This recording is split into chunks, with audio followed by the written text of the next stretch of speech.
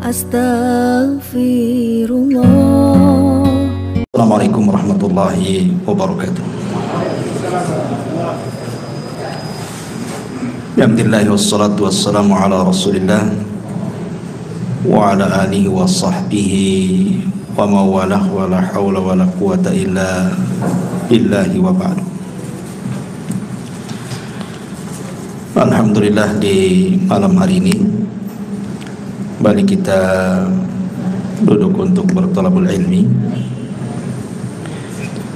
dan kita masih melanjutkan tentang qasasul anbiya, kisah-kisah para nabi dalam Al-Quran. Kita sudah sampai kepada kisah Nabi Allah Musa alaihi salatu wassalam. Tetapi sebelum kita mengkisahkan Nabi Allah Musa alaihi salatu wassalam, kisah Nabi Musa tidak lepas dari kisah-kisah Bani Israel. Jadi malam ini kita akan sedikit mengkisahkan dulu seputar kisah-kisah Bani Israel yang tidak ada kaitan langsung dengan Nabi Allah Musa alaihi salatu wassalam, dan mengkisahkan tentang kisah Bani Israel dibolehkan di dalam Islam. Sebagaimana hadis Abi Hurairah radhiyallahu an mengatakan, haditsu am Bani Israel wala haraj. Tidak mengapa kisahkan Bani Israel, tentang kisah Bani Israel, dan tidak mengapa, kata Nabi. Bahkan dalam sebuah hadis yang lain yang dikeluarkan dari Imam Ahmad dari hadis Abdullah ibn Amr ibn As radhiyallahu an, Nabi SAW mengatakan, balighu anni walau ayat, sampaikan pada manusia dariku walaupun satu ayat. Wa hadithu an Bani Israel wala haraj, wa man kadzaba alayya muta'ammidan falyatabawwa maq'adahu minan nar. Dan kisahkan juga tentang kisah-kisah Bani Israel, dan tidak mengapa. Barang siapa yang berdusta atas namaku, kata Rasul, secara sengaja, maka silahkan tempat duduknya di neraka. Bahkan hadis Jabir bin Abdullah radhiyallahu an, hadis ini disahihkan oleh Syekh Nasiruddin Al-Albani rahimahullahu taala. Kata Nabi SAW, hadithu an Bani Israel wala haraj, fa innahu kanat fihimul a'ajib. Ceritakan oleh kalian tentang kisah-kisah Bani Israel, dan tidak mengapa, karena dalam kisah-kisah mereka itu ada keajaiban-keajaiban. Kemudian setelah itu dikisahkan tentang sekelompok manusia di zaman Bani Israel, di mana mereka ingin menghidupkan orang yang sudah mati. Kata beliau, Nabi SAW, summa ansha'a yuhaddithu sallallahu alaihi wasallam, faqala kharra ta'ifatun min Bani Israel hatta atau maqbaratan lahu min maqabirihim, faqalu law sallayna rak'ataini da'awna Allah azza wa jalla an yukhrija lana rajulan mimman qad mata nas'aluhu anil mauti. Qala fa fa'alu fa bainahum kadzalika ittala'a rajulun ra'sahu min qabrin. Kemudian dikisahkan ada sekelompok Bani Israel yang keluar sehingga mereka mendatangi salah seorang kuburan di antara kuburan-kuburan mereka. Lalu sebagian mereka berkata, sebaiknya kita solat 2 rakaat dan berdoa kepada Allah agar Dia mengeluarkan kepada kami seseorang yang telah mati, untuk kita bertanya tentang rasa kematian. Lalu kemudian mereka pun berdoa. Ketika mereka sedang berdoa itulah tiba-tiba kemudian keluar kepala dari kuburan itu, muncul kepalanya ke atas. Kemudian ketika muncul kepalanya di atas itu, orang yang sudah mati yang dihidupkan ini tiba-tiba ngomong dan mengatakan, ya haula ma aradtum ilayya, wahai kalian, apa maksudnya kalian membangkitkan aku? Faqad mittu mundu mi'ati sana, aku sudah mati 100 tahun yang silam. Fama sakantu an hararatil maut wa an hararati al mauti, dan sampai sekarang aku masih belum terlepas dari rasa panas saat kematianku. Kemudian dia mengatakan, fad'ullaha azza wa jalli an yu'idani kama kuntu, sekarang kalian berdoalah kepada Allah untuk Allah kembalikan kepadaku ke dalam kuburan. Ya mungkin kalau di zaman sekarang kan nggak ada dan tidak bisa juga kita lakukan, tapi hadis ini sahih. Makanya kenapa Nabi SAW mengatakan dalam kisah-kisah mereka itu terdapat keajaiban. Coba orang yang berdoa kepada Allah untuk minta dibangkitkan satu orang, tiba-tiba betul-betul dibangkitkan. Kemudian ditanya soal rasa kematian, dia mengatakan, aku sejak 100 tahun yang silam sampai sekarang masih merasakan panas, katanya. Kenapa kalian bangkitkan diriku? Apa maunya kalian? Kemudian dia meminta agar orang-orang ini berdoa kembali kepada Allah untuk dikembalikan lagi ke dalam kuburannya. Dan di sini juga ada faedah betapa dahsyatnya orang-orang yang masuk ke dalam kubur itu. Ma'asyiral muslimin yang dimuliakan Allah Azza wa Jalla. Tetapi walaupun demikian, Nabi SAW membolehkan untuk menceritakan kisah-kisah Bani Israel, bukan berarti kemudian semua kisah Bani Israel diceritakan, tidak. Karena ada yang sahih, ada yang tidak sahih, ada yang benar, ada yang tidak benar. Kalau sesuai dengan dalil kita ceritakan, kalau tidak sesuai jangan ceritakan. Makanya Nabi SAW mengatakan, jangan kalian tanya tentang ahli kitab tentang sesuatu, karena mereka tidak menunjukkan sedikit pun petunjuk kepada kalian. Boleh jadi akhirnya kalian mendustakan yang benar atau membenarkan yang dusta. Dari sini kita tahu bahwa kalaupun harus mengkisahkan kisah mereka, maka kisah-kisah yang sesuai dengan dalil saja. Karena betapa banyak kisah-kisah Israiliyat itu yang nggak jelas, maudhu, palsu gitu ya. Nah, kita akan berusaha mengkisahkan kisah-kisah yang sesuai dengan dalil-dalil yang sahih. Ma'asyiral muslimin yang dimuliakan Allah Azza wa Jalla, yang pertama kisah tentang 2 orang di zaman Bani Israel yang salah satunya bersumpah melewati takdir Allah Subhanahu wa taala. Kisah ini disebutkan oleh Abi Hurairah radhiyallahu an, dan kisah ini juga dikeluarkan oleh Al-Imam Abi Dawud dan disahihkan oleh Syekh Nasiruddin Al-Albani rahimahullahu taala dalam As-Sahihah. Dari Abu Hurairah radhiyallahu an, aku mendengar Nabi sallallahu alaihi wasallam bersabda, kana rajulani fi Bani Israil. Dulu ada 2 orang di zaman Bani Israil, mutawakhayyain, keduanya saling bersaudara, berkawan baik. Tetapi salah seorang di antara mereka adalah yudhnib, banyak melakukan dosa, wal akhar mujtahidun fil ibadah, tapi satunya ahli ibadah. Jadi ada 2 orang Bani Israel, satunya ahli maksiat, satunya ahli ibadah. Yang ahli ibadah ini baik sekali, Jadi setiap melihat kawannya yang bermaksiat itu selalu dinasihati agar bertobat. Tetapi kawannya yang ahli maksiat ini tetap saja tak mau bertobat. Sehingga suatu hari mungkin yang ahli ibadah ini melihat kawan yang ahli maksiat ini sudah melampau maksiatnya. Menurut kacamata dia mungkin sudah tidak bisa ditolerir lagi, sudah parah gitu ya bahasanya. Akhirnya kemudian dia pun menasihati agak keras.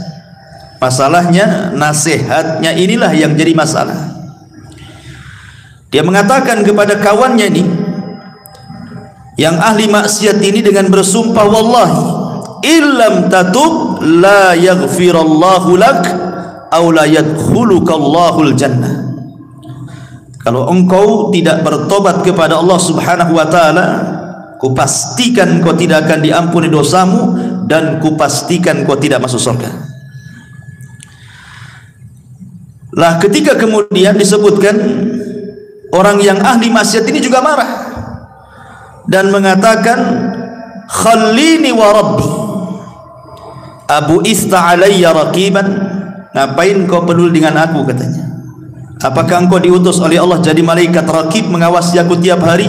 Biarkan aku dengan Rabbku, katanya. Ini urusan aku dengan Tuhan, nggak ada urusan kamu, katanya. Akhirnya Allah Subhanahu wa taala takdirkan keduanya meninggal. Yang ahli ibadah Allah masukkan ke dalam neraka, yang ahli maksiat Allah masukkan ke dalam surga. Kenapa demikian? Mestinya kan dibalik gitu ya. Yang ahli ibadah masuk surga, ahli maksiat masuk neraka. Ini dibalik pula, di mana ahli maksiat masuk surga, ahli ibadah pula masuk neraka.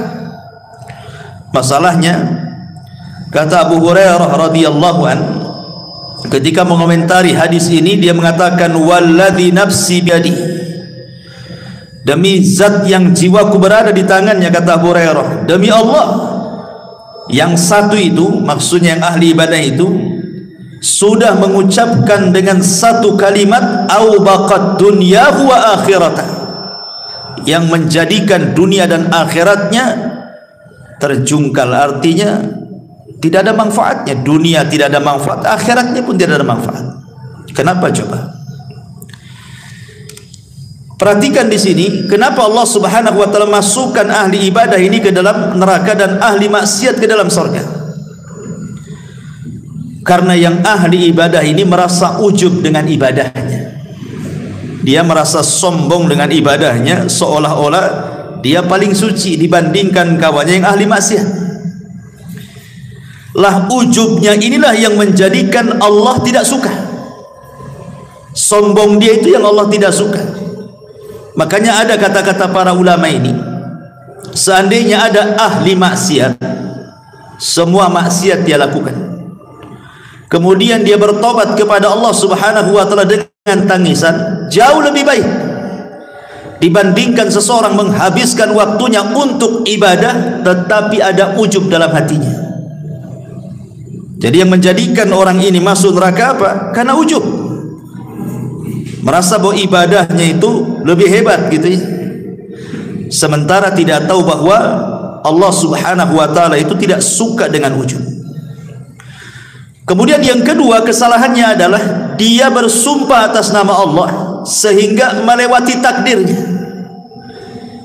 Ingat, Allah yang menentukan ampunan dan Allah yang menentukan siapa yang berhak masuk surga. Tetapi orang ini sudah menentukan, kalau engkau tidak bertobat, katanya, maka Allah tidak akan mengampuni dosamu dan kupastikan kau tidak masuk surga. Ini seolah-olah sudah mewakili Tuhan namanya. Ampunan itu milik Allah, surga milik Allah. Kenapa dia bicara seperti itu? Sementara yang ahli maksiat ini kan persoalan dia dengan Allah. Maksiat dia yang ia lakukan itu antara dia dengan Allah, bukan antara dia dengan hambanya. Kalau seandainya maksiatnya berkaitan dengan hamba itu lain lagi urusannya kan. Karena walaupun dia sudah bertobat, kalau orang yang kita zalimi belum memaafkan, Allah masih gantung tobat kita itu. Kalau dia tidak dimaafkan di dunia, maka ada kisah kelak pada hari kiamat. Tapi kan orang ini melakukan dosa antara dia dengan Allah. Rupanya Allah berkehendak mengampuni orang ini dan Allah masukkan ke dalam surga. Makanya ma'asyiral muslimin yang dimuliakan Allah Azza wa Jalla, di sini banyak faedah, di antaranya tidak boleh seseorang itu sombong dan juga ujub. Yang kedua, tidak boleh merendahkan orang lain, merasa kita lebih hebat, lebih suci dan begitu seterusnya. Makanya di antara adab memberikan nasihat itu, tidak boleh seseorang merasa dirinya lebih suci dibandingkan orang yang kita nasihati. Kemudian yang ketiga, bahwa persoalan ampunan dan surga itu adalah hak mutlak milik Allah. Sehingga mintalah ampunan kepada Allah dan mintalah surga kepada Allah Subhanahu wa taala. Dan di sini juga ada faedah yang sangat baik. Artinya apa? Menjaga lisan. Karena yang ahli ibadah ini masuk neraka itu bukan karena membunuh, bukan karena minum khamar, bukan karena berjudi, bukan karena berzina, karena lisan. Ngomong sama kawannya kan, niatnya kan baik gitu.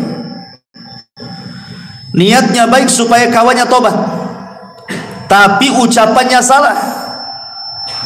Sehingga Nabi SAW mengatakan, wa innal abda la yatakallamu bil kalimati la yulki laha balan min sakhatillah yahwi sahibuha fi nari jahannam. Terkadang ada seorang hamba mengucapkan satu kalimat tanpa sadar loh. Ini kan orang ini ngomong tanpa sadar karena emosi, sehingga mengeluarkan kata-kata kan. Tetapi tetap saja sadar ataupun tidak, orang ini karena sudah mengucapkan satu kalimat yang membuat Allah murka, cukup Allah masukkan dia ke neraka. Subhanallah. Bagaimana kalau ucapannya itu dirangkai sebelumnya? Memang sudah dirangkai dari rumah untuk ngomong gitu ya. Lebih parah lagi, orang ini tidak sadar karena saking marahnya dia ngomong gitu.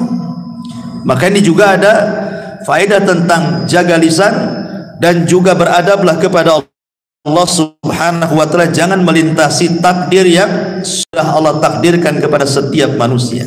Ini kisah yang pertama. Kisah yang kedua dari kisah-kisah Bani Israel, dari Muhammad ibn Sirin, dari Abi Hurairah radhiyallahu anhu, Nabi sallallahu alaihi wasallam bersabda. Ini bercerita tentang seseorang yang masuk surga karena memberi minum seekor anjing. Nabi mengatakan, bainama rajulun yamshi fashtadda alaihi al-atas. Ada seseorang berjalan di padang pasir, kemudian dia kehausan. Kemudian fanazala bi'ran, nampaklah ada sumur di situ. Dia pun turun ke dalam sumur itu, fasyariba minha, kemudian dia berhasil minum dari air sumur itu. Thumma kharaja, kemudian dia naik. Setelah naik, fa idza huwa bikalbin yalhath ya'kulu athara minal atshi. Tiba-tiba dia melihat seekor anjing yang melelehkan lidahnya saking kehausannya.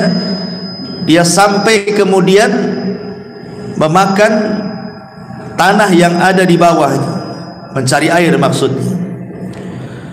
Kemudian ketika dia melihat hal itu, maka dia pun mencabut sepatunya. Thumma nazala 'alal bi'ri, kemudian dia pun masuk lagi ke sumur tadi, kemudian mengambilnya. Fasaqal kalba fasyakarallaha, kemudian dia memberi minum anjing tersebut. Setelah dia melihat anjing itu merasa puas gitu ya, dia bersyukur kepada Allah, dia bisa selamat dan anjing itu bisa selamat ya. Kemudian apa yang terjadi? Faghafara lahu, maka Allah ampuni dosa-dosanya. Kemudian mereka mengatakan, ya Rasulullah, wa inna lana fil bahaim ajran.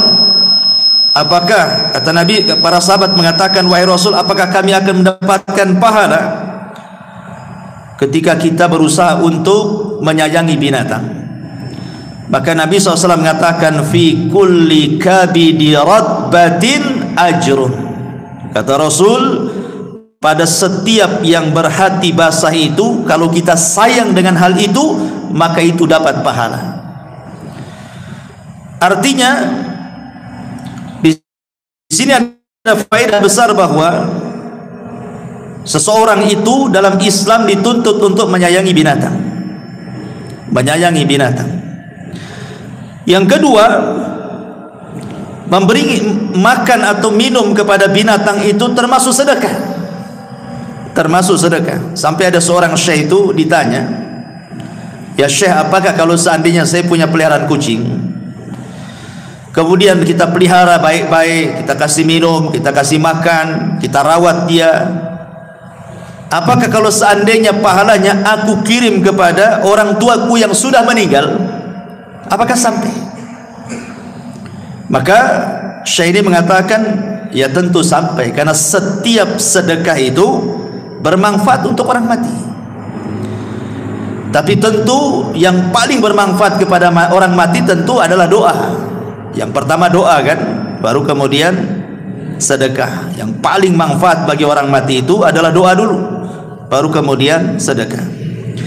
Di sini juga ada keutamaan kan gitu ya. Jadi orang ini memberi minum anjing itu bukan karena memberi minumnya, tidak, karena keikhlasan dia. Karena dalam riwayat itu ada juga riwayat yang mengatakan bahwa yang memberi minum itu seorang pelacur.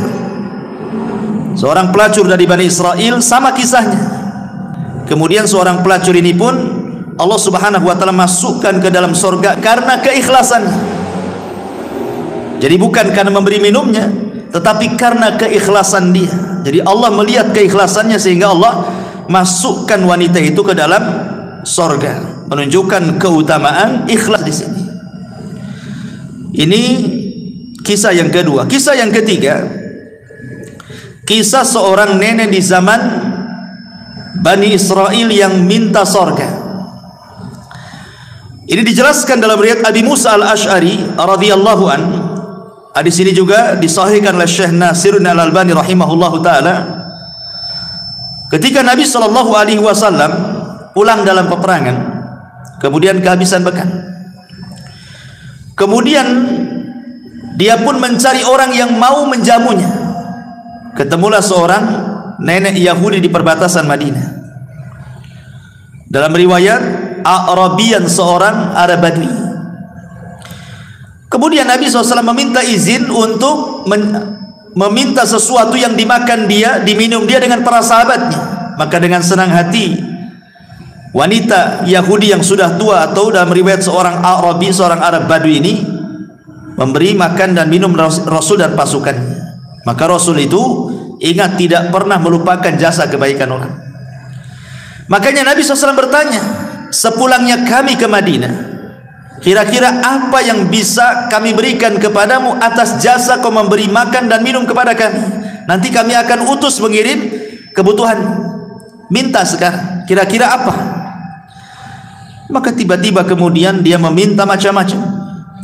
Dia mengatakan, naqatun atau naqatan narkabuha. Rasul, aku minta seekor unta lah, kirimkan nanti kemari supaya aku bisa ke sana kemari pakai unta punya kendaraan. Dalam riwayat dia meminta anjing supaya bisa menjaga kambing-kambingnya, kalbun yahrusu ghanami. Kemudian juga minta pembantu yang bisa membantu dia, seorang budak. Kemudian minta ini banyak kali permintaannya. Hanya ngasih makan dan minum. Ketika Rasul mengatakan kira-kira sebagai imbalan kebaikanmu apa, macam-macam dimintanya.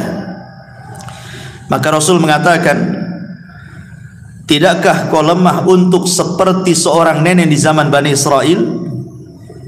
Sahabat heran kenapa Rasul menyebut seorang nenek di zaman Bani Israel. Makanya sahabat bertanya, wa ma'ajuzu Bani Israel ya Rasulullah, apa yang Anda maksud seorang nenek di zaman Bani Israel itu wahai Rasul? Maka Rasul mengatakan, dahulu inna Musa alaihi salam, Nabi Musa alaihi salatu wassalam, lamma sara bi Bani Israel min Misra dhallu tariq. Jadi ketika Musa ini dengan Bani Israel menyeberangkan dari Mesir menuju perjalanan Palestina, tiba-tiba nyasar, sesat jalannya, nggak tahu kemana arahnya.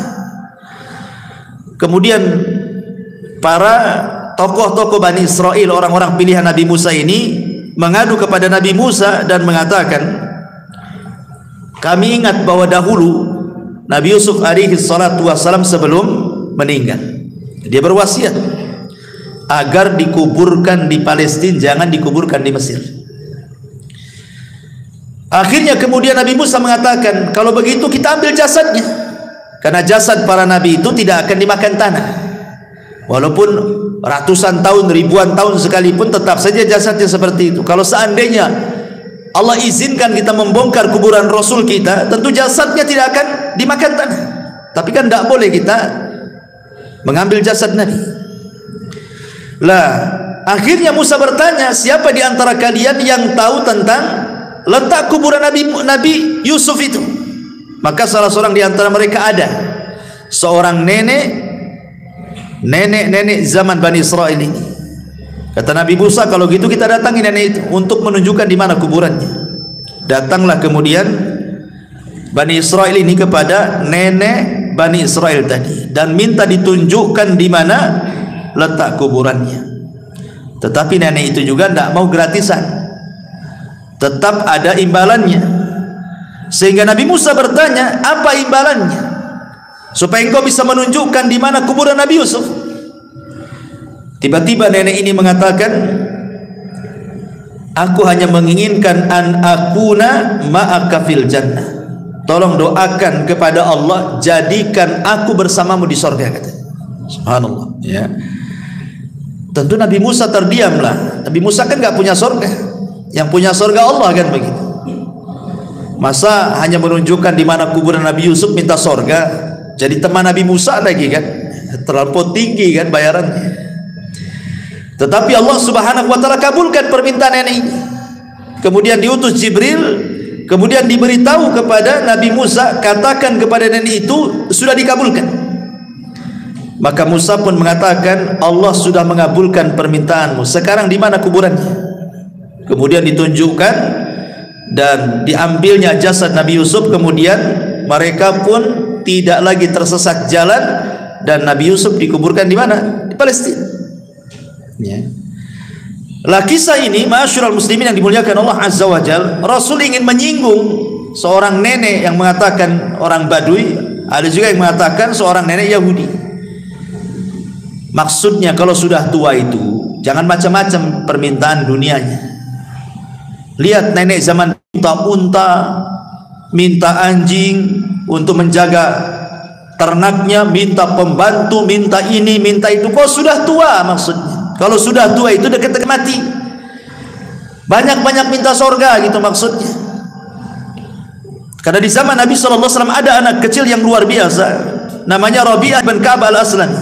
Rabi'ah ibn Ka'ab al-Aslami, anak remaja, belum dewasa, masih remaja, suka membantu Nabi SAW. Jadi kalau malam dia suka menginap di rumah Nabi untuk menyediakan keperluan Nabi kalau bangun sepertiga malam atau pertengahan malam, entah menyiapkan tempat wudunya, menyiapkan airnya. Jadi Nabi SAW melihat anak remaja ini masih kecil, kok semangat kali membantu dirinya. Maka Rasul SAW mengatakan kepada anak muda ini, mintalah sesuatu hai anakku, aku akan berusaha memberinya. Mintalah sesuatu untukku. Kalau anak-anak kecil zaman sekarang antum katakan minta apa nak, pasti jawabannya latu-latu. Minta apa? Latu-latu kan itu. Anak-anak kecil kan itu. Minta mainan ini, mainan itu kan itu. Tapi lihat anak kecil di zaman Nabi, dia mengatakan ketika Rasul mengatakan salini, minta sesuatu kepadaku. Kata anak ini mengatakan as'aluka murafaqataka fil jannah. Tidak wahai Rasul, aku hanya ingin menjadi temanmu di surga. Anak kecil gitu ngomong begitu, coba. Aku hanya ingin menjadi temanmu di surga, katanya. Nabi SAW gak yakin awa ghaira dzalik, yang lain, namanya anak-anak kan suka mainan gitu ya, yang lain gak ada katanya, itu saja katanya. Maka tetap anak ini mengatakan tidak wahai Rasul, hanya itu saja katanya. Aku ingin menjadi temanmu di surga, katanya. Maka Nabi SAW mengatakan fa inni ala nafsika bi kathrati sujud. Kalau begitu bantulah supaya keinginanmu tercapai. Nah, kau banyak-banyak sujud, banyak-banyak sholat. Sejak itulah Rabi'ah al-Aslami, Rabi'ah ibn Ka'ab al-Aslami, dia memperbanyak sholat. Maksudnya sholat sunnah, ya, sholat wajib sudah jelas, sampai dia wafat. Ya, itu anak kecil. Bahkan seorang wanita namanya Ummu Amarah. Ummu Amarah ini seorang wanita yang terlibat di salah satu peperangan bersama Nabi SAW. Ada yang mengatakan di perang Uhud. Perang Uhud itu kan perang kekalahan kaum muslimin. Bahkan Rasul masuk perangkap orang-orang musyrik kan. Hampir mati Rasul di perang ini. Bagaimana tidak coba, penutup kepalanya kan kena pecah gitu ya, karena diterjang oleh musuhnya dengan pedang sampai pecah tuh helm kepalanya, sampai serpihannya menancap di pipi Nabi. Yang nyabutnya saja sampai rompang giginya karena dicabut pakai gigi. Abu Bakar berusaha mencabut dengan tangannya, tidak bisa juga. Akhirnya datanglah seorang sahabat, kalau tidak salah Abu Ubaidah ibnul Jarrah, kemudian dicabut oleh giginya sampai rompang giginya, cabut serpihan yang ada di pipi Rasul. Ya. Lah Ummu Amarah ini ketika Rasul masuk ke dalam parit itu, jebakan orang-orang Quraisy itu, kan sahabat ketika itu kan kocar-kacir gara-gara Nabi diisukan mati. Padahal ketika itu yang meninggal siapa? Mus'ab bin Umair. Lah Mus'ab ibn Umair ini kalau pakai baju besi, dari depan, dari samping, dari kiri kanan itu persis seperti Nabi. Jadi ketika Mus'ab bin Umair mati, disangka Nabi yang mati gitu. Tersebar isu bahwa Nabi meninggal itu di perang Uhud itu. Akhirnya kemudian para sahabat banyak yang lari. Tapi datanglah Anas bin Nadar menyemangati mereka untuk kembali ke peperangan. Akhirnya mereka maju lagi ke peperangan. Cuman ketika mereka lari kan Rasul sedikit yang melindungi. Lah salah satunya seorang wanita namanya Ummu Amarah. Padahal tugasnya seorang wanita dalam peperangan itu bukan untuk perang, untuk mengobati orang luka kan itu ya, menyediakan konsumsi gitu. Ini karena melihat kacau, ikut dia dalam peperangan. Ketika dia betul-betul menghalangi panah-panah orang itu untuk sampai kepada Nabi SAW, jadi badannya dijadikan tameng, jadi panah-panah itu menancap sama dia gitu. Kemudian kata Nabi SAW, karena melihat semangatnya Ummu Amarah, kata Rasul, salini ya Umma Amarah, mintalah sesuatu wahai Ummu Amarah sekarang. Kata Ummu Amarah, as'aluka ma'aka fil jannah, aku hanya minta kepadamu, tolong sertakan aku di sorga bersamamu. Akhirnya kata Rasulullah, kalian akan bersamaku di sorga. Nah, gitu kan. Orang dulu lihat dari anak kecil minta sorga, perempuan minta sorga. Ini pula orang yang sudah mau mati, kata Rasulullah, kenapa kau tidak minta seperti orang tua di zaman Bani Israel minta sorga, minta dunia pula gitu. Nah, jadi di sini juga pelajaran besar bagi kita bahwa kalau usia itu sudah menginjak tua, nah, perbanyaklah dekat-dekat masjid, banyak zikir, dekat-dekat dengan Allah kan. Walaupun tua bukan tanda-tanda mati kan, tapi umumnya orang tua dekat ajalnya. Kenapa? Karena umurnya sudah dibatasi. Dalam hadis Rasul, umatku ini umurnya berkisar 60 sampai 70. Lewat dari situ sedikit. Hati-hati nih kalau sudah 60 tahun ke atas. Ya. Harus banyak-banyak dekat dengan Allah Subhanahu wa taala. Ini diantara kisah Bani Israel juga. Kemudian kisah yang lain, kisah seseorang yang luar biasa bertawakal kepada Allah Subhanahu wa taala, kisah tentang amanah. Dari Abi Hurairah radhiyallahu an, dia menceritakan dari Nabi sallallahu alaihi wasallam, annahu dzakara rajulan min Bani Israil sa'ala ba'dha Bani Israil an yuslifahu alfa dinar, bahwa ada seorang Bani Israel yang meminjamkan pinjaman kepada Bani Israel yang lainnya, seorang laki-laki di Bani Israel yang lainnya, sebanyak 1000 dinar. 1000 dinar banyak, ikhwan. 1 dinar itu kalau mau diemaskan 4 gram lebih, kalau dirham separuhnya. Kalau 1000 nah berapa tuh? Banyak kan gitu, ratusan juta kan itu. Lah ketika kemudian sudah berhadapan nih orang yang mau pinjam utang nih kepada orang yang punya uang ini, masalahnya ketika itu tidak ada saksi.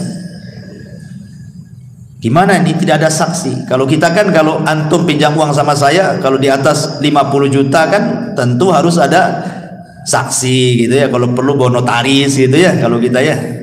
Kecuali kalau pinjamnya 500 sejuta yang enggak ya. Kalau udah banyak kan notaris lah kan gitu, nanti kabur pula kan. Kadang-kadang hanya pakai kwitansi saja, itu pun ada materainya. Itu lemah kali lah gitu ya. Nanti dituntut nih loh buktinya. Semua orang bisa nulis kalau kwitansi saja. Kadang materai saja lemah gitu ya. Kadang kalau sudah banyak pasti notaris kalau kita ini. Jadi Bani Israel ini meminjam, katanya siapa saksinya? Siapa kira-kira saksinya? Aku akan beri uangku 1000 dinar, tapi siapa saksinya? Ya. Akhirnya dia mengatakan, kafa billahi kafila, saksinya Allah. Saksinya Allah. Coba kalau zaman sekarang bilang saksinya Allah, 100 juta gitu kan. Gak yakin orang sekarang dengan Allah tuh. Orang dulu saksinya Allah. Nah, kalau sudah menyebut Allah yakin tuh. Dikasihlah 1000 dinar itu. Kemudian ditentukan berapa bulannya, tanggalnya, hari pengembaliannya. Kemudian pisah begitu saja. Tetapi karena dua-duanya amanah, yang punya uang amanah, yang pinjam uang pun amanah. Ya. Kalau sekarang dua-duanya nggak amanah, yang minjemin ya nggak amanah, belum waktunya sibuk mau diminta lagi lah. Kita kan janjinya 3 bulan, masa baru seminggu sudah diminta lagi kan itu. Yang lebih parah, yang minjamnya lebih tidak amanah, malah kemudian sudah waktunya bayar tak mau bayar, banyak kali dustanya. Kemudian tambah lagi marah-marah, terakhir diblokir nomornya. Nah, itu kan masalah ya. Lah pada waktu yang sudah ditentukan mau bayar, ikhwan, rumah orang yang punya uang ini dengan rumah orang yang pinjam ini harus melewati sungai. Jadi ada perahu yang mengantarkan ke seberang gitu. Jadi hari itu pagi-pagi buta lah ini, orang ini berangkat dari rumahnya ingin bayar uang.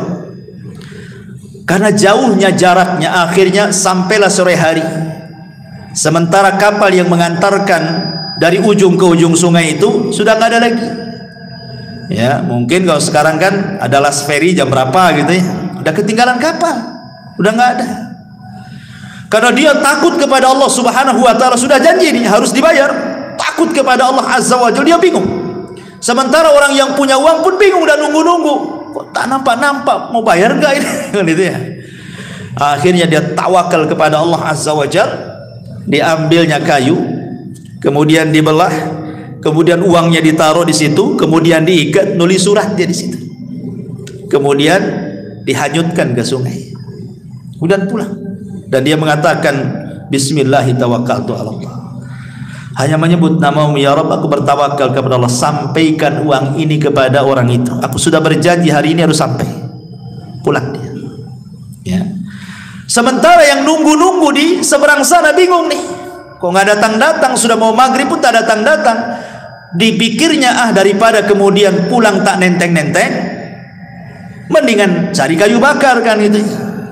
Dapatlah 2-3 kayu bakar, bisalah kan zaman dulu nggak ada kompor gas gitu. Akhirnya kemudian nampaklah ada kayu cantik bagus gitu, bagus juga nih kayu untuk kayu bakar. Akhirnya berusaha dia mengambil yang sedang hanyut itu, dibawa pulang ya. Sampai di rumah dia lepas ikatannya, dia mau belah gitu ya, rupanya ada uang 1000 dinar. Kemudian ada surat bahwa ini surat pelunasan dia. Subhanallah ikhwan. Makanya saya katakan di awal tadi, kisah-kisah Bani Israel ini aneh-aneh. Kalau antum lakukan kayak gini ikhwan, nggak sampai ke orangnya. Coba aja anyutkan aja kayu itu, apa nggak untung yang ngambil yang mandi itu kan itu ya.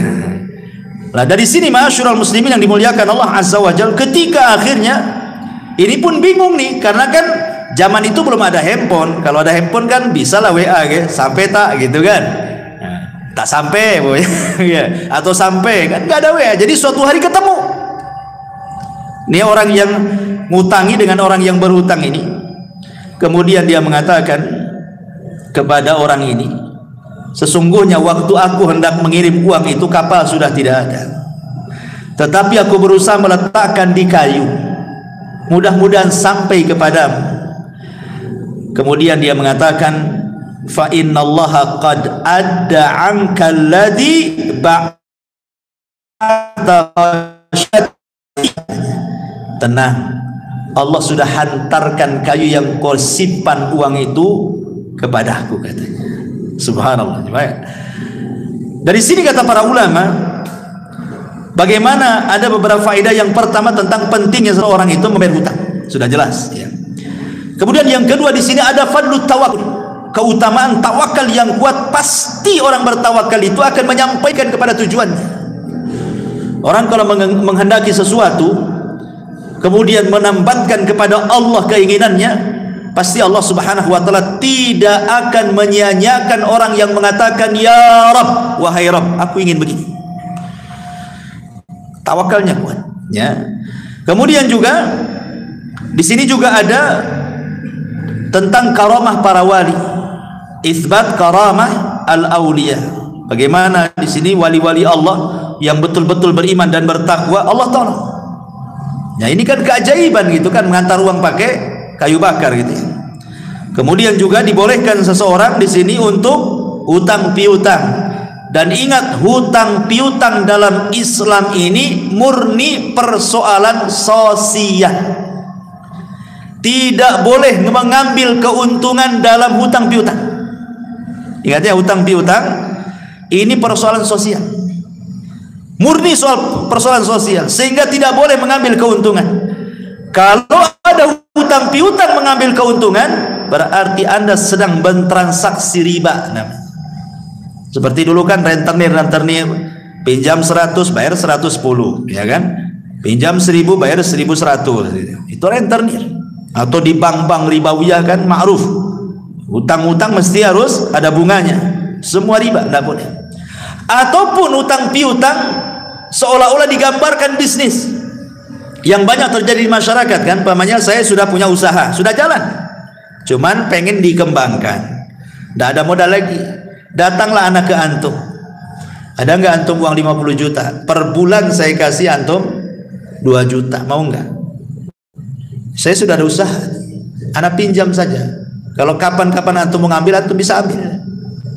Akhirnya antum kasih ke saya 50 juta, tiap bulan anak kasih 2 juta, 2 juta, 2 juta. Sudah 1 tahun antum butuh duit, Tat, saya butuh duit lah, bisa nggak dibalikin duitnya? Yang kapan? Yang dulu yang 50 juta saya kembalikan 50 juta. Maka yang tiap bulan 2 juta, 2 juta itu riba tuh antum makan ya. Itu bukan bisnis namanya, itu hutang piutang namanya. Kalau bisnis itu tidak bisa dibuat nominal secara angka, harus dibuat nominal secara persen. Nih, keuntungan bulan ini berapa? Akadnya kamu berapa persen, saya berapa persen? Oke lah, 60, 40, 70, 30 kan gitu ya. Nggak boleh diangkakan tiap bulan kamu 2 juta. Kenapa? Sebab kalau untung banyak, yang rugi yang punya modal. Kalau untung sedikit, yang rugi yang memainkan modal. Masa dalam bisnis ada untung rugi gitu kan? Harus sama-sama, senang bagi 2 gitu ya, susah juga ditanggung bersama. Nah, itu yang terjadi di masyarakat. Nah, yang seperti ini riba, tidak boleh, karena ada kaidah mengatakan kullu qardin jarran naf'an fahuwa riba. Setiap barang jaminan yang kemudian terdampak ada manfaat, maka manfaatnya riba. Kan seolah-olah begini, saya taruh 50 juta tapi jaminannya kamu ngasih 2 juta per bulan, soalnya seperti itu jadinya. Nah, maka ini riba, tidak boleh ya. Jadi kalau seandainya kita ini naruh modal 50 juta, 100 juta kemudian rugi, ya kan kesepakatan namanya rugi. Gimana lagi? Kecuali kalau seandainya teledor, umpamanya nih bisnisnya herbal, tanpa sepengetahuan pemodal ganti pula bisnis sepeda motor. Nah, itu lain lagi, itu keteledoran orang yang memainkan modal namanya. Ya berhak kita mengambil uangnya. Akan kita kan jual herbal, kenapa jadi jual motor second antum? Akhirnya rugi kan itu. Balik duitnya, itu tidak masalah ya. Jadi kalau itu kesalahan yang memainkan modal namanya. Tapi intinya dalam kisah ini ikhwan, bahwa pentingnya seseorang itu perhatian dengan utang piutang ini. Jangan enak ketika berutang, tak enak pula ketika membayar. Itu kebanyakan Ya. Tapi ini juga kisah di zaman Bani Israel. Kemudian juga yang lain kisah di zaman Bani Israel adalah kisah orang yang membanggakan nasab. Hadis ini dikeluarkan Imam Ahmad dalam musnadnya dari sahabat Ubay ibn Ka'ab radhiyallahu anhu. Intasaba rajulani ala ahdi Rasulillah sallallahu alaihi wasallam. Jadi ada dua orang di zaman Rasul. Di zaman Rasul dua orang itu berbangga dengan nasab. Dan ingat orang-orang jahiliyah dulu itu memang paling suka berbangga dengan nasab. Makanya ada ayatnya. Apa ayatnya? Alhaqumut takatsur hatta zurtumul maqabir. Maqabir. Apa artinya alhaqumut takatsur hatta zurtumul maqabir? Jadi orang-orang jahiliyah itu saking berbangga dengan nasab sampai menghitung kuburan. Nih kabilahku jumlahnya 1000 orang. Berapa kabilahmu? Oh, kabilahku banyak, 1500 orang.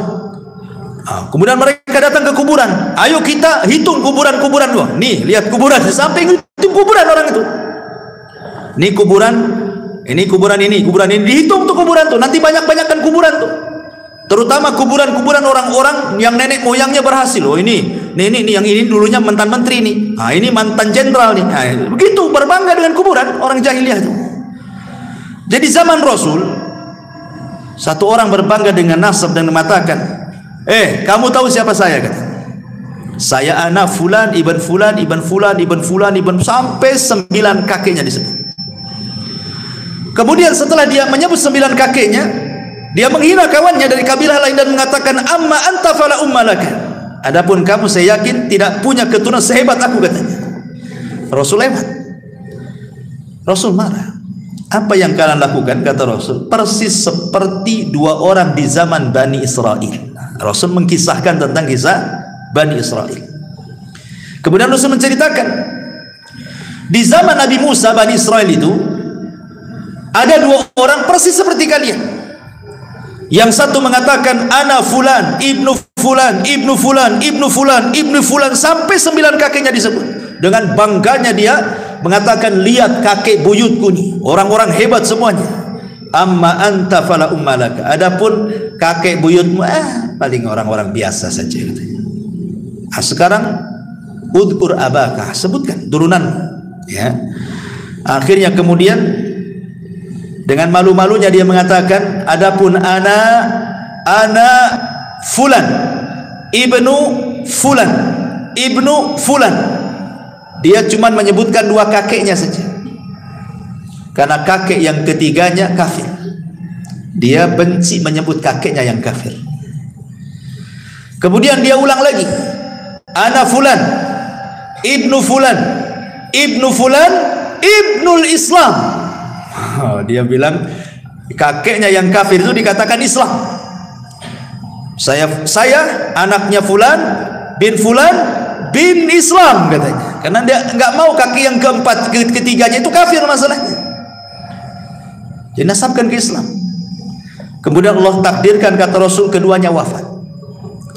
Yang berbangga dengan kakek-kakeknya, buyutnya, walaupun kafir, walaupun tidak beriman, bangga dia sebutkan semuanya sampai 9 kakeknya. Allah masukkan ke dalam neraka. Adapun yang menyebutkan kakeknya cuma 2, ketika menyebut kakeknya yang ketiga dia tidak mau karena kafir, akhirnya dinasabkan ke dalam Islam, kemudian dimasukkan ke dalam surga. Kemudian Allah Subhanahu wa taala mengatakan kepada yang berbangga dengan kakeknya yang ke-9 itu, fa anta ashiruhum, engkau yang ke-10 kau ke neraka, gitu. Kan disebutkan 9 kan, dia yang ke-10-nya gitu. Adapun engkau, katanya, masuklah ke dalam surga, fa anta thalithuhuma, engkau yang ketiganya, masuk ke surga, katanya.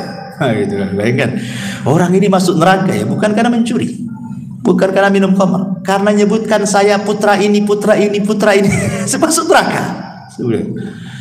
Ngeri kan, menyebutkan nasab ini. Dan ini yang paling banyak terutama di daerah-daerah itu yang masih membanggakan kesukuan biasanya, ya kan, yang ada marga-marga, ada ini itu, kadang-kadang dia bisa merendahkan marga lain dan meninggikan marga dia kan. Atau mungkin daerah yang masih kental dengan kesultanan kan, merasa dia darahnya biru, Antum ini darah merah, apalagi itu tuh darah hitam katanya. Ini kan masalah ya kawan kan. Nah, ini masalah. Jadi jangan sampai membanggakan keturunan karena tidak ada manfaatnya. Fala ansaba yauma idzin. Terputus nasab pada hari kiamat. Nggak ada nasab-nasab. Makanya Rasul mengatakan man batta'a bihi amaluhu lam yusri bihi nasabuhu. Kata Rasul, kalau lambat amalnya percuma nasabnya. Hari ini orang ngaku syarifah, syarif, habib, habibah gitu ya. Percuma saja ngaku habib keturunan Nabi. Kalau kelakuannya kayak bajingan buat apa kan gitu. Percuma, karena yang dilihat itu bukan nasabnya tapi amalannya. Lalu apa berbangga dengan nasab kan itu? Terkadang ada orang berbangga dengan nasab sedikit, saya keturunan Nabi, keturunan Nabi, keturunan Nabi kan itu ya. Ya, kita perlu berbangga juga. Nabi masih ada keturunan, kita muliakan mereka. Tetapi kalau buat kesombongan, buat apa coba?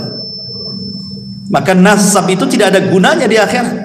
Yang menjadikan orang masuk surga itu adalah amalan. Baik. Kemudian juga kisah yang lain, masih kisah di zaman Bani Israel, adalah kisah 3 orang yang diberikan penyakit kemudian diuji dengan nikmat. Masyhur kisahnya ya, karena terdapat dalam kitab Riyadhus Shalihin, hadis dari Abu Hurairah radhiyallahu anhu, di mana hadis ini juga terdapat dalam Sahih Bukhari Muslim, sudah jelas sahihnya ya. Jadi di zaman Bani Israel, singkat saja saya cerita, saya tidak akan baca nasnya kepanjangan. Di zaman Bani Israel itu ada 3 orang yang Allah Subhanahu wa taala berikan penyakit. Yang pertama abras, yang kedua aqra, yang ketiga a'ma.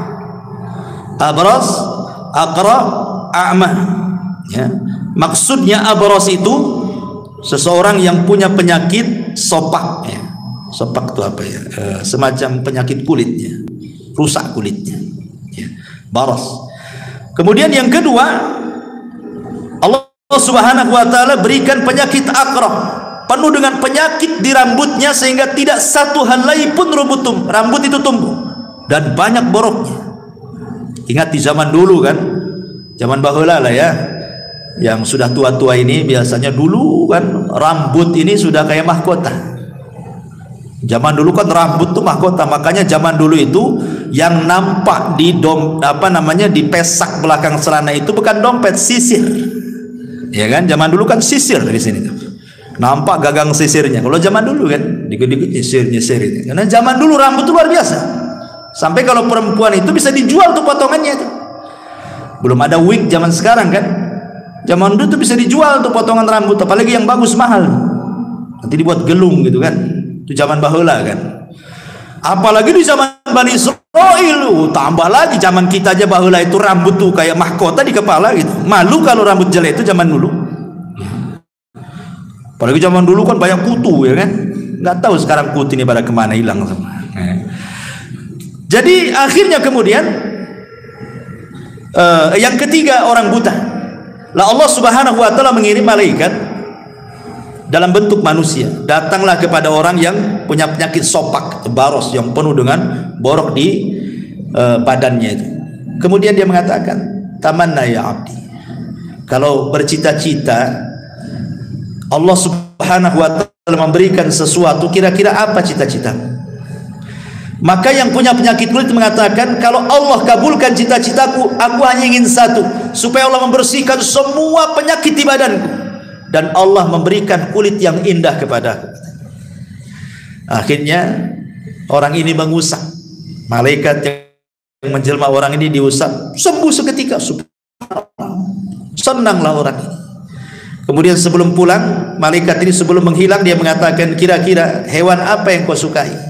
Dia mengatakan al-ibilu unta. Akhirnya dikasihlah unta bunting. Kemudian malaikat ini berpindah ke orang kedua, sama pertanyaannya. Orang yang botak banyak penyakitnya itu, maka orang ini mengatakan, kalau Allah berkehendak aku hanya ingin ditumbuhkan rambutku dan rambutku menjadi rambut yang paling indah sehingga manusia tidak membenciku lagi gitu. Diusap rambutnya, masya Allah, langsung tumbuh, hilang penyakitnya, tumbuh rambut indah dan tidak ada rambut seindah orang ini. Kemudian yang ketiga orang buta juga sama, disembuhkan. Lah orang yang punya penyakit di rambut ini Kemudian ditanya, binatang apa yang kau sukai? Dia mengatakan sapi. Akhirnya dikasih sapi yang bunting. Kemudian orang buta dikasih kambing, karena dia suka kambing, dikasih kambing bunting. Allah takdirkan yang bunting-bunting dari binatang ini akhirnya semua lahiran dikembarkan anaknya, laki-laki jantan, jantan dengan betina, jantan dengan betina. Unta juga sama, lahir jantan betina. Sapi juga sama, lahir jantan betina. Kambing juga sama. Akhirnya anak-anak yang Allah takdirkan hidup, kemudian kawin berkembang, berkembang. Akhirnya satu lembah. Kayalah yang satu juragan unta, yang satu juragan sapi, yang satu juragan kambing. Allah hendak menguji 3 orang ini. Diutuslah malaikat. Ya. Kemudian malaikat ini ketika datang untuk menguji apakah orang itu bersyukur atau tidak, menjelma seperti orang ketika dia belum sembuh penyakitnya. Jadi datang kepada orang yang dulu punya penyakit sofak, malaikat ini menjelma orang sofak juga.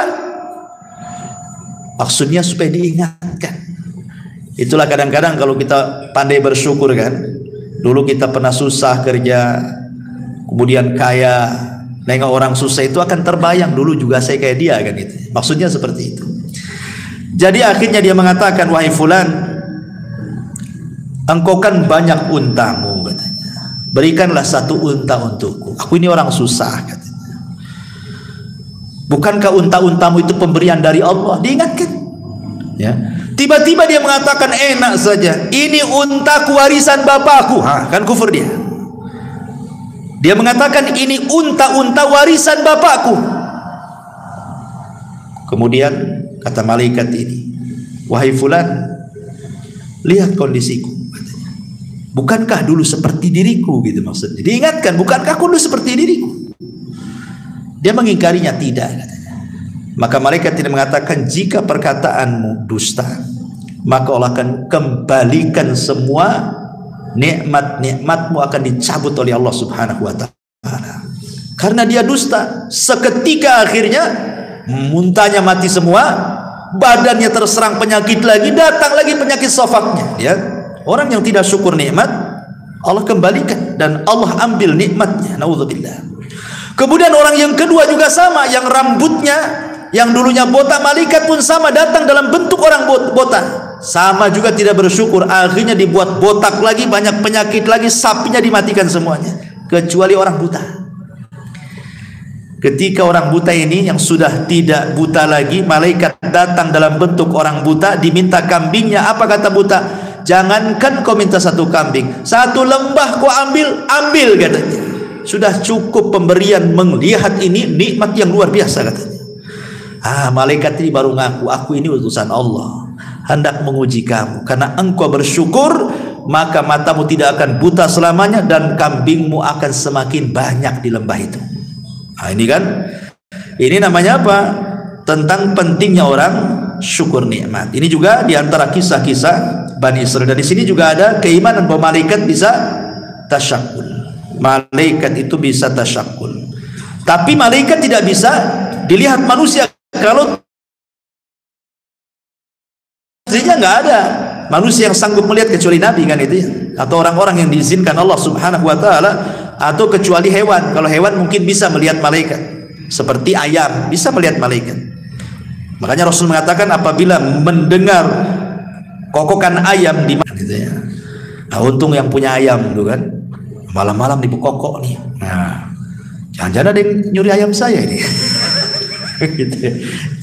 Minta nikmat atau ayamnya hilang katanya. Baik. Ini juga kisah dari kisah-kisah Bani Israil. Kemudian yang lain, kisah yang masyhur saja ya. Kisah yang lain, kisah yang dikeluarkan Imam Muslim dan juga Imam Bukhari dari sahabat Abdullah ibn Umar radhiyallahu anhu. Udzibati imra'atun fi hirratin sajanatha hatta matat. Fadakhalat fiha an-nar. Fala hiya at'amatha wala saqatha id habisatha wala hiya tarakatha ta'kulu min khashashil ardi. Dahulu kata Nabi SAW, ada seorang wanita di zaman Bani Israil yang masuk neraka gara-gara seekor kucing. Kenapa alasannya? Karena wanita ini tidak pernah memberikan kesejahteraan. Dia rawat kucing, kemudian dia kerangkeng kucing tapi tidak dikasih makan, tidak dikasih minum, sehingga kemudian akhirnya kucing ini kelaparan. Terpaksalah kemudian makan apalah yang semut-semut di dinding atau hewan-hewan yang kebetulan lewat di situ di dinding, dimakan itu saja. Akhirnya kurus sakit, mati. Kata Nabi SAW, wanita ini masuk neraka. Wanita ini masuk neraka gara-gara seekor kucing. Yang dimuliakan Allah Azza wa Jal, dari sini ada faedah. Ini juga wanita ini kan kisah zaman Bani Israel. Di antara faedahnya adalah haram hukumnya menyiksa binatang. Tidak mesti kucing, binatang apapun kalau disiksa tidak boleh, kecuali binatang yang boleh dibunuh. Kecuali binatang yang boleh dibunuh. Apalagi binatang ini sudah Allah tundukkan kepada kita, sudah Allah jinakkan kepada kita, antum siksa pula.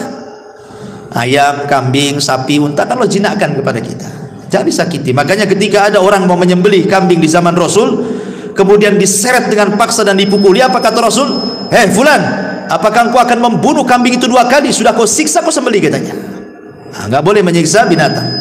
Yang kedua, boleh seseorang itu memelihara kucing, kemudian diletakkan di kerangkeng, namanya dikasih kota gitu ya, rumahan kucing, digembok, selama Anda memberikan kesejahteraan, entah makanan, entah minuman, nggak apa-apa. Ya, mafhum daripada hadis ini kan, wanita ini kan melihara kucing, kesalahan dia karena nggak ngasih makan. Artinya kalau kasih makan, kalau kasih minum, kalau kasih kesejahteraan, tidak mungkin wanita ini masuk neraka. Mafhumnya kan seperti itu. Makanya dibolehkan orang itu memelihara kucing, asal kasih makan, kasih minum, kasih kesejahteraan. Kalau sudah waktunya kawin ya kawinkan, ya. Nah, tapi jangan antum pula yang kawinin dia. Karena ada orang kawin sama kambing, ya kan? Itu di Jawa tuh, di mana tuh orang kawin sama kambing, didandani pula kambingnya, cantik pula tuh kambing tuh, ya.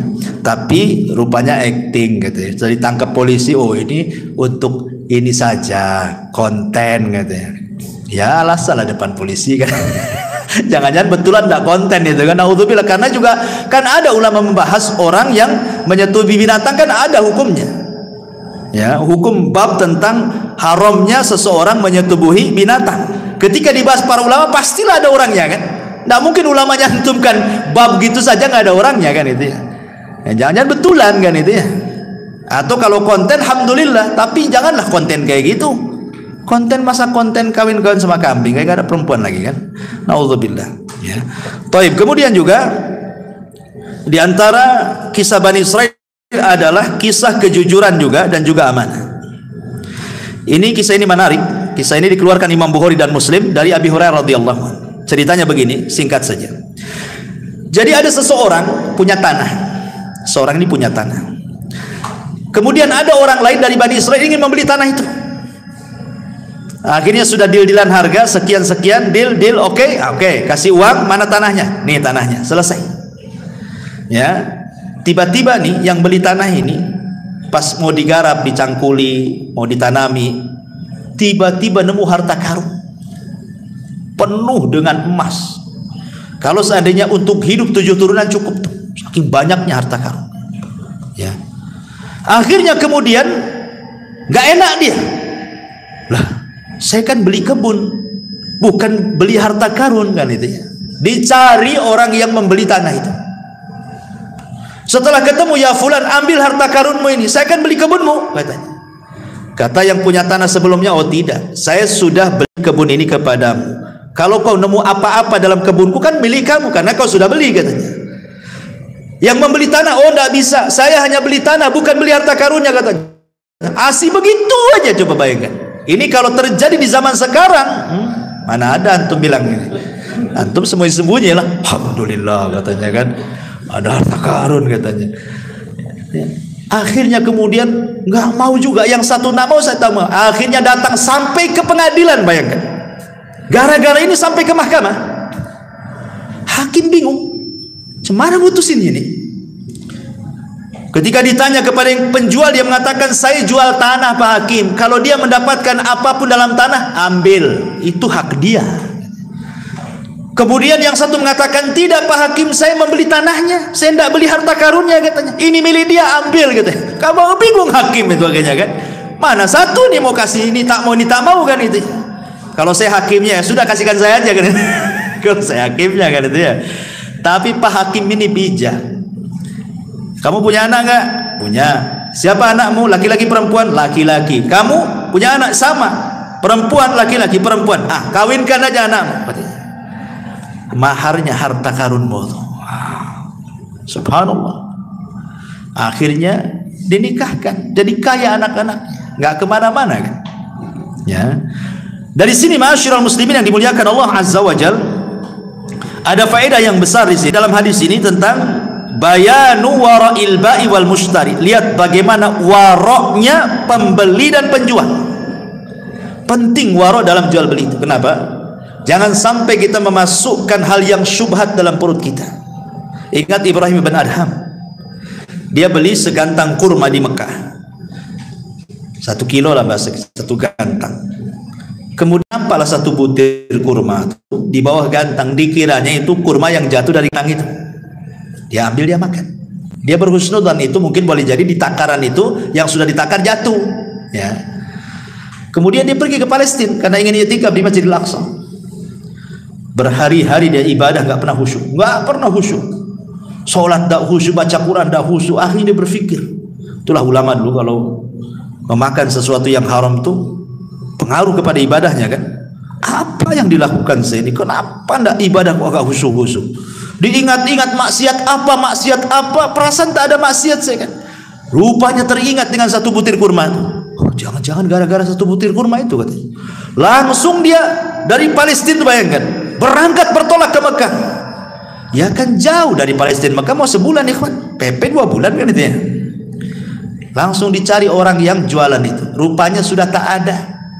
Tidak ada orang jualan itu. Ditampaknya dulu yang jual orang tua, sekarang kok jadi anak muda yang jual nih. Kemana yang jual tuh?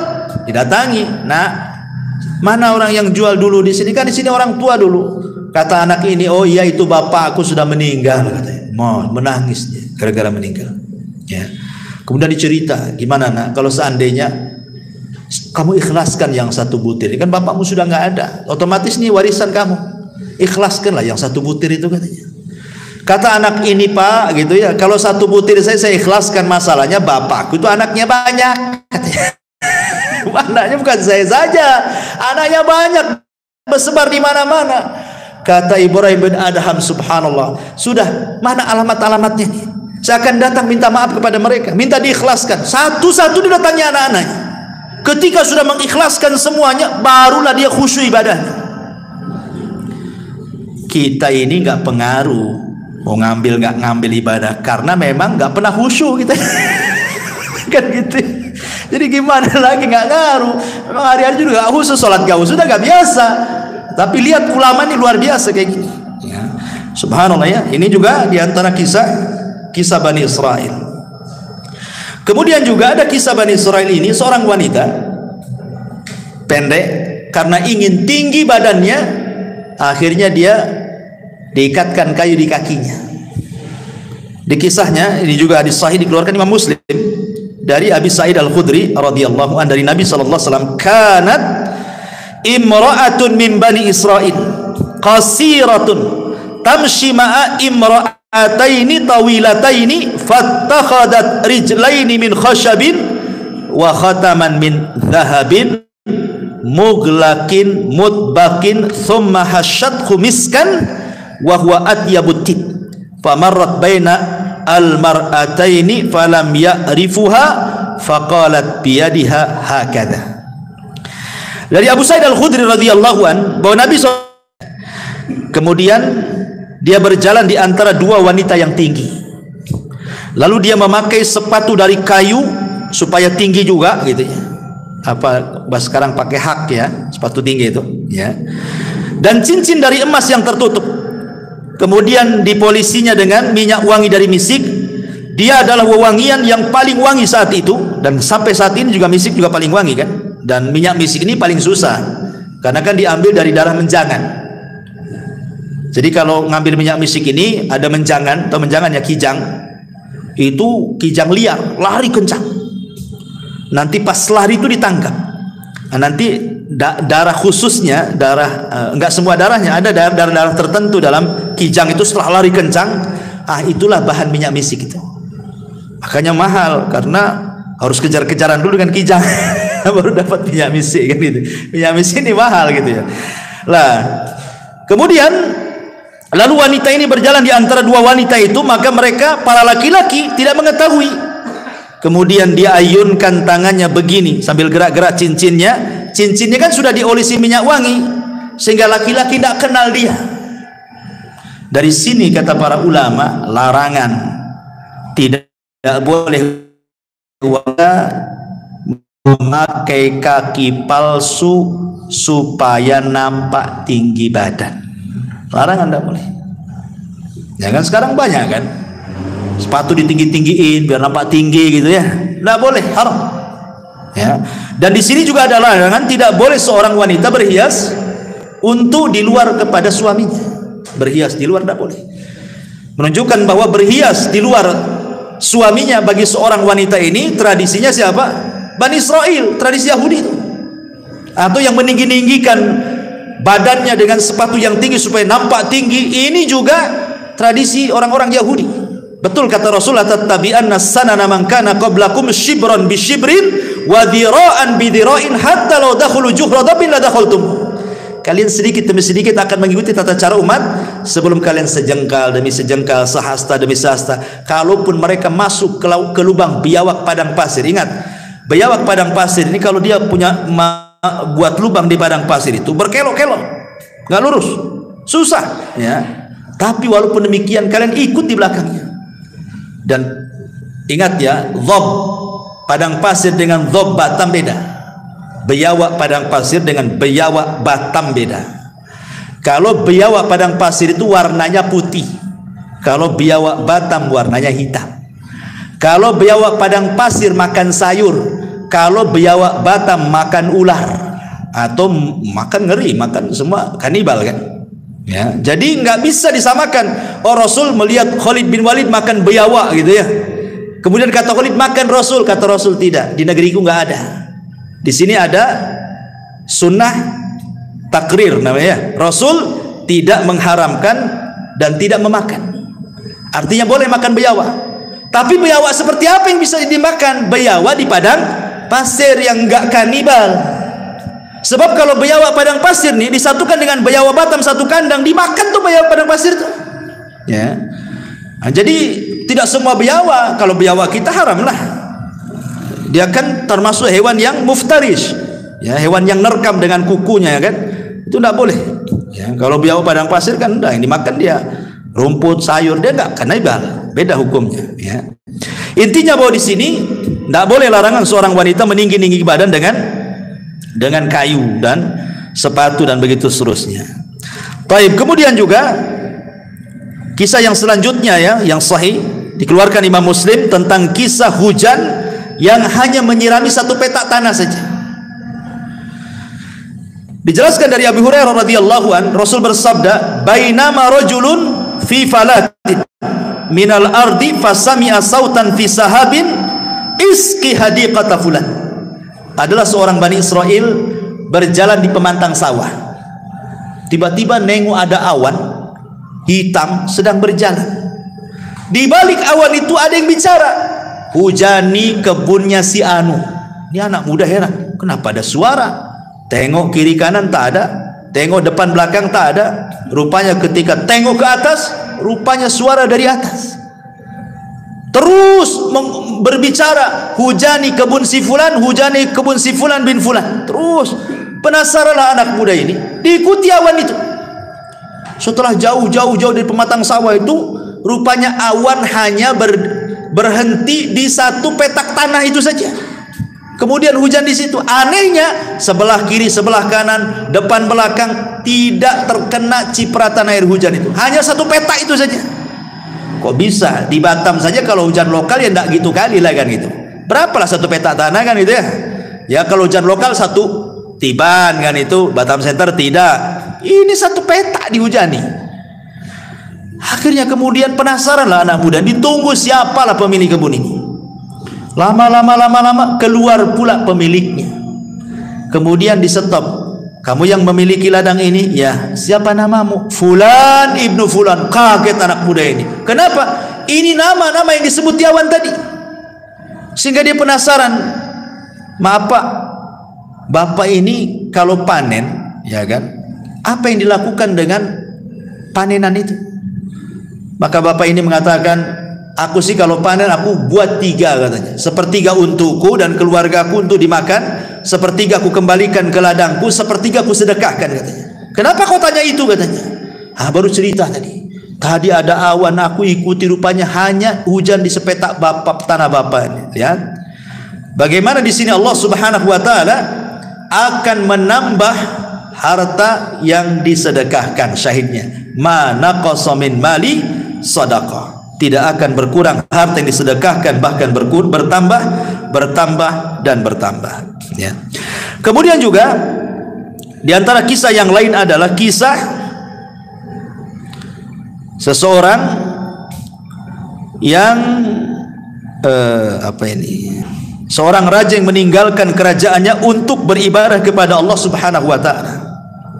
Kisah ini terdapat di dalam Al-Bazzar, At-Tabrani dalam Al-Awsat, dan juga Al-Kabir, dan menurut Imam Al-Haythami sanadnya hasan, dan juga diletakkan dalam As-Sahihah dan disahihkan oleh Syekh Nasiruddin Al-Albani rahimahullahu taala. Ya. Diceritakan oleh Abdurrahman ibn Abdullah ibn Mas'ud dari bapaknya dari Nabi sallallahu alaihi wasallam. Jadi sesungguhnya Bani Israel telah mengangkat, saya artikan saja. Sesungguhnya Bani Israel telah mengangkat salah seorang khalifah, maksudnya raja untuk mereka. Maka sang khalifah itu berdiri salat di bawah sinar bulan di atas Baitul Maqdis. Lalu ia mengingat beberapa hal yang telah diperbuatnya. Maka ia berpegang dengan sebuah tali. Pada pagi harinya tali itu masih tergantung di masjid itu. Namun ia telah pergi. Lalu raja ini pergi sampai tiba di sebuah kaum yang tinggal di tepian laut. Lalu dia mendapati mereka sedang membuat batu bata. Maka ia bertanya kepada mereka, bagaimana kamu membuat batu bata ini? Lalu mereka memberitahunya. Maka ia membuat batu bata bersama mereka. Dia makan dari hasil tangannya, sehingga ketika tiba waktu sholat ia bersuci, salat. Lalu ada seseorang pekerja yang melaporkan hal itu kepada pemimpin negeri itu, dan dia berkata, di tengah-tengah kami ada seseorang yang berbuat ini dan itu. Maka pemimpin itu mengirimkan orang untuk menemuinya agar ia datang kepadanya. Namun ia enggan untuk datang, ya, karena dia raja kan itu. Maka pemimpin itu datang sendiri mewakili teman-temannya, rakyatnya, sehingga kemudian berjumpalah antara pemimpin dan pemimpin ini kan itu. Kan ini kan nyamar, raja nyamar ya. Ini pemimpin ini juga pemimpin daerah situ kan, berjumpa. Lalu kemudian setelah berjumpa dia berkata, tunggulah aku ingin berbicara padamu satu kalimat saja. Maka orang itu berdiri sehingga berbicara dengan pemimpin itu dan memberitahukan kepadanya bahwa ia adalah seorang raja dan bahwa ia pergi karena takut terhadap dosa. Pemimpin negeri itu berkata, sesungguhnya aku akan menyusul berbuat seperti itu bersamamu. Maka keduanya beribadah kepada Allah dan kemudian meminta kepada Allah agar diwafatkan berdua sehingga keduanya wafat. Maka Abdullah bin Mas'ud berkata, kalau aku berada di Rumailah Mesir, tentu aku akan memperlihatkan kepada kamu kuburan kedua raja tersebut yang tobat bersama-sama. Luar biasa kisah ini kan. Jadi bagaimana di zaman Bani Israel ada seorang raja yang takut dosa. Kemudian karena takut dosa ditinggalkan kerajaannya. Nampaklah rakyatnya di situ ada yang sederhana, kerjanya cuman buat batu bata, ikut pula di situ. Kemudian dia kerja bersama mereka, makan bersama mereka. Disitulah dia merasakan lezatnya hidup bersama orang-orang susah. Tidak seperti ketika dia jadi raja gitu kan. Akhirnya kemudian kan aneh, raja itu kan beda penampilannya, pasti terawat gitu ya. Orang desa kan nampak orang desa ya, nggak terawat badannya ya. Ini raja, tentu ya kalau di zaman sekarang kayak setingkat menteri saja bersih-bersih itu ya. Sauna, steam bath atau apa. Yang penting dirawat. Jadi dicuriga loh orang-orang ini. Mana ini orang mana ini? Kok ganteng banget? Dilaporkan kepada raja tempatan situ. Kemudian rajanya datang, gitu ya. Kemudian ngomong-ngomong baru cerita, aku ini raja juga. Terenyuhlah raja situ. Kok bisa dia raja datang ke daerahnya, kumpul bersama rakyatnya hanya untuk beribadah? Itu daerah dia. Makanya dia pun kemudian mengambil ibrah dari pelajarannya. Dia pun ingin sama seperti dia. Akhirnya sama-sama kerja, hidup di situ, beribadah di situ sampai mati. Kan itu. Nah, ini kan luar biasa. Ini menunjukkan juga nasihat kepada para pemimpin. Ini hadis ini isyarat kepada para pemimpin. Karena dulu ada namanya Yahya al-Burmuki di zaman di zaman Bani Umayyah. Dia dipercaya oleh Khalifah Harun ar-Rasyid untuk memimpin kota Madinah. Tetapi dia pun melintasi wewenangnya sebagai gubernur. Dia pun berkasus. Akhirnya Harun ar-Rasyid menangkap dia dan anaknya dipenjarakan. Yahya al-Burmuki. Sehingga anaknya ini bingung kesalahan bapaknya apa, sama-sama masuk penjara kan gitu. Jadi anaknya ngomong kepada al-Burmuki ini, Yahya al-Burmuki ini mengatakan, wahai abi, dulu kita ini dihormati, dihargai, macam-macam orang mandang kita sekali perintah orang langsung laksanakan. Kenapa setelah hidup senang kita kok disempitkan dalam penjara ini? Ada apa wahai ayah? Bingung anaknya. Maka Yahya al-Burmuki mengatakan, wahai anakku, boleh jadi ini doa-doa yang pernah kita zalimi, katanya. Boleh jadi ini doa-doa yang pernah kita zalimi melesat ke langit sehingga Allah kabulkan. Seperti inilah jadinya. Betul kata Nabi SAW, doa yang orang yang dizalim itu kan melesat sampai ke atas awan. Ketika doa itu sampai kepada Allah, apa kata Allah? Wa bi izzati la ansurannaka walau ba'dahin. Dengan kemuliaanku, kata Allah, aku akan tolong kamu tepat pada waktunya, katanya. Kata Imam Ibnul Qayyim, walaupun doa itu disambut oleh orang kafir sekalipun, maka Allah akan di samping orang kafir itu. Bukan karena kekafirannya, tapi Allah tidak suka dengan kezaliman. Kata Imam Ibnul Qayyim, ya, catatannya bagus ya. Ini juga di antara kisah, dan banyak sekali ini sebenarnya kisahnya, masih ada 10 kisah lagi tapi waktu juga ya. Insyaallah kita lanjutkan minggu depan. Ya, ini saja, dan ada manfaatnya. Subhanaka bihamdika asyhadu an la ilaha illa anta astaghfiruka wa atubu ilaik. Allahu ta'ala alam. Assalamualaikum warahmatullahi wabarakatuh.